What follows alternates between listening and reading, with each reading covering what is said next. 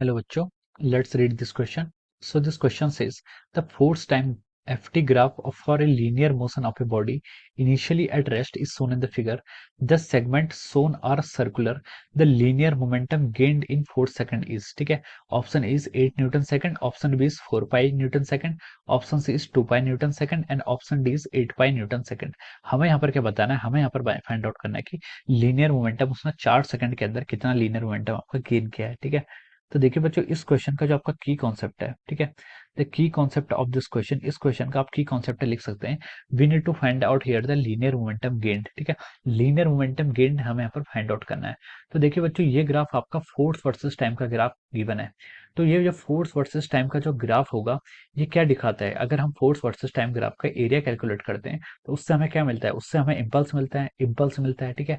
तो जो हमारा इम्पल्स होता है, ठीक है, इम्पल्स क्या होता है आपका, change in momentum, change in momentum को इम्पल्स ही बोलते हैं, ठीक है. तो इस क्वेश्चन का जो आपका की कॉन्सेप्ट है वो क्या हो जाएगा, इम्पल्स इज द की कॉन्सेप्ट ऑफ दिस क्वेश्चन. क्योंकि हमसे क्वेश्चन में पूछा गया कि लीनियर मोमेंटम गेन्ड, गेन्ड मतलब चेंज कितना हुआ है, ठीक है, और चेंज हमारा इम्पल्स डिनोट करता है, मोमेंटम का चेंज हमारा इम्पल्स डिनोट करता है, ठीक है.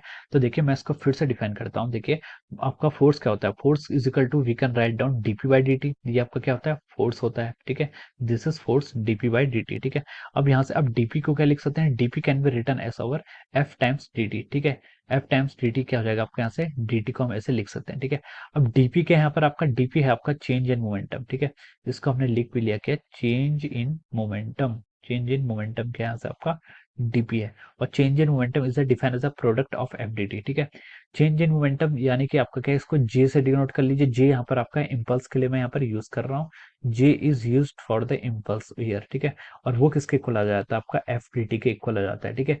यानी कि इसका आप इंटीग्रेशन कर देंगे, आपका स्मॉल टाइम dt के लिए है, अगर आप इंटीग्रेट कर देंगे तो पूरे इंटरवल की आपकी इम्पल्स फाइंड आउट हो जाएगी, ठीक है. ये आपकी क्या हो जाती है, इम्पल्स की डेफिनेशन हो जाती है, ठीक है. अब क्वेश्चन में उसने क्या बोला कि जो आपको सेगमेंट दिए हुए हैं, देखिए फोर्स टाइम का ग्राफ प्लॉट किया हुआ है. अब हम इस क्वेश्चन पे आते हैं, ठीक है. क्वेश्चन का देखिए पहले हम ग्राफ प्लॉट कर लेते हैं यहाँ पर. This is the graph of our force and time, ठीक है. फोर्स और टाइम का हमारे ग्राफ यहाँ पर ऐसे दिया हुआ है. इस एक्सिस के अलॉन्ग देखिए आपका फोर्स होगा, ठीक है. और इस एक्सिस के अलॉन्ग क्या होगा, आपका टाइम होगा, ठीक है. अब देखिए ये आपको देखिए यहाँ पर इस पॉइंट, अगर इस ग्राफ में हम पॉइंट को डिफाइन कर लें तो ये 0 से स्टार्ट हो रहा है और किसी पॉइंट 4 पर आके रुक रहा है और फिर यहाँ से ऐसे आ रहा है. और उसने क्वेश्चन में गिवन क्या है, the segment so not circular, ये सर्कुलर है, ठीक है. तो 0 से 4 तक एक आपका एक ऐसा सेमी सर्किल आएगा.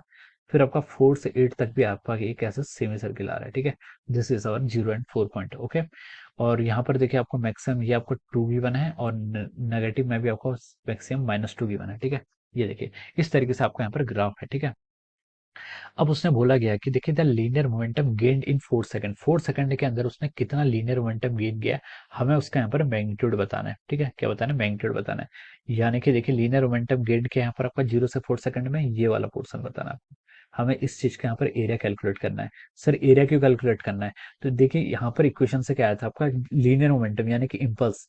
हमें लीनियर मोमेंटम गेन यानी क्या होता है, लीनियर मोमेंटम क्या होता है, देखिए आपका सॉरी इम्पल्स क्या होता है, change in momentum. Change in momentum हमसे उसने क्वेश्चन में फाइंड आउट करने के लिए बोला है. क्या बोला है, देखिए linear momentum gain, linear momentum gain मतलब change in momentum, change in momentum मतलब इम्पल्स, और इम्पल्स का मतलब होता है integration of F T graph. F T graph का इंटीग्रेशन कर लीजिए, ठीक है.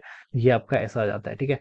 तो आपका इंटीग्रेशन, हम इंटीग्रेशन का क्या मतलब आपको है यहाँ पर, एरिया. हमें यहाँ पर 0 से 4 सेकंड के बीच का यहाँ पर एरिया कैलकुलेट करना है, ठीक है. अब देखिए अब हम यहाँ पर इसका एरिया कैलकुलेट करते हैं. ये आपका क्या आ जाएगा, चेंज इन मोमेंटम आ जाएगा, ठीक है.